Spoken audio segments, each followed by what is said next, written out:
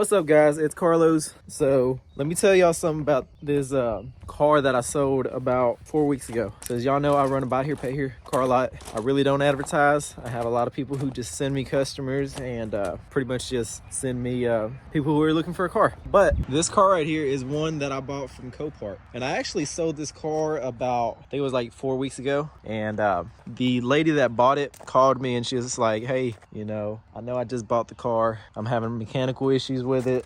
Is there any possible way that I could bring it back and get my down payment back and you just keep the payments that I've made? And at this point, she had it 4 weeks. I collected about $600 in payments, and I think the down payment was $1,200.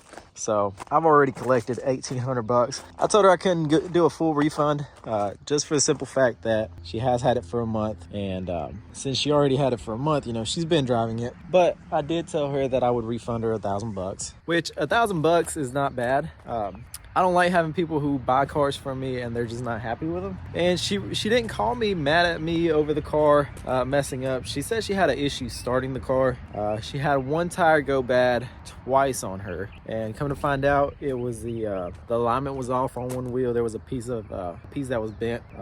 Had issues starting the car, and then honestly, I didn't really ask many questions. I told her if she could just write down what issue she had so I could make sure to fix it before I sell it to someone else. So I did. I fixed the rear wheel, got an alignment for it, and I've been driving it for the last 2 days, and honestly, it's been driving really good. It's been running and driving good. Now, this dent right here, as you can see, it wasn't there, but this paint was like this. This car has a rebuilt title. It was close to something that caught on fire. You can kind of see it right here. Got a little bit crispy. Right here, got a little bit crispy. And then the paint right here. So instead of me spending $1,000 to get this painted and fixed, I just sold it like that. They were okay with it. It's a Toyota. I really don't have people complain about Toyotas a lot, but I've been driving it for 2 days now, and I think I'm ready to sell it. Look, this is how she brought it back. This thing it's nice. It's clean. It's detailed. It doesn't smell weird. It's a customer that I would end up selling to again. But as I was driving it, I did realize something with it.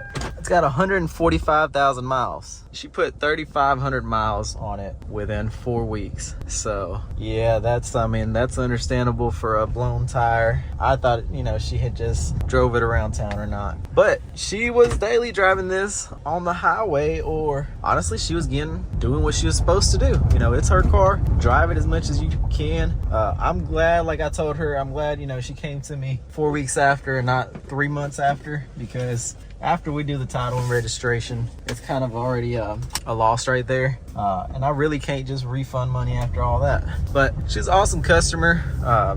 No real complaints, very respectful. But this is something in the buy here, pay here business where we sell them as is. However, as is does not mean that I'm just gonna walk away from every customer or tell them to hit the curb or anything like that, because at the end of the day, I want customers who end up paying for the cars and end up sending me their friends, their family, and to me it was just easier to refund the money, keep the customer happy. Maybe later on she'll come back to me. So I did end up getting $800 out of this, which, if you look at it like this, pretty much rented the car for $800 for a whole month. That's not too bad.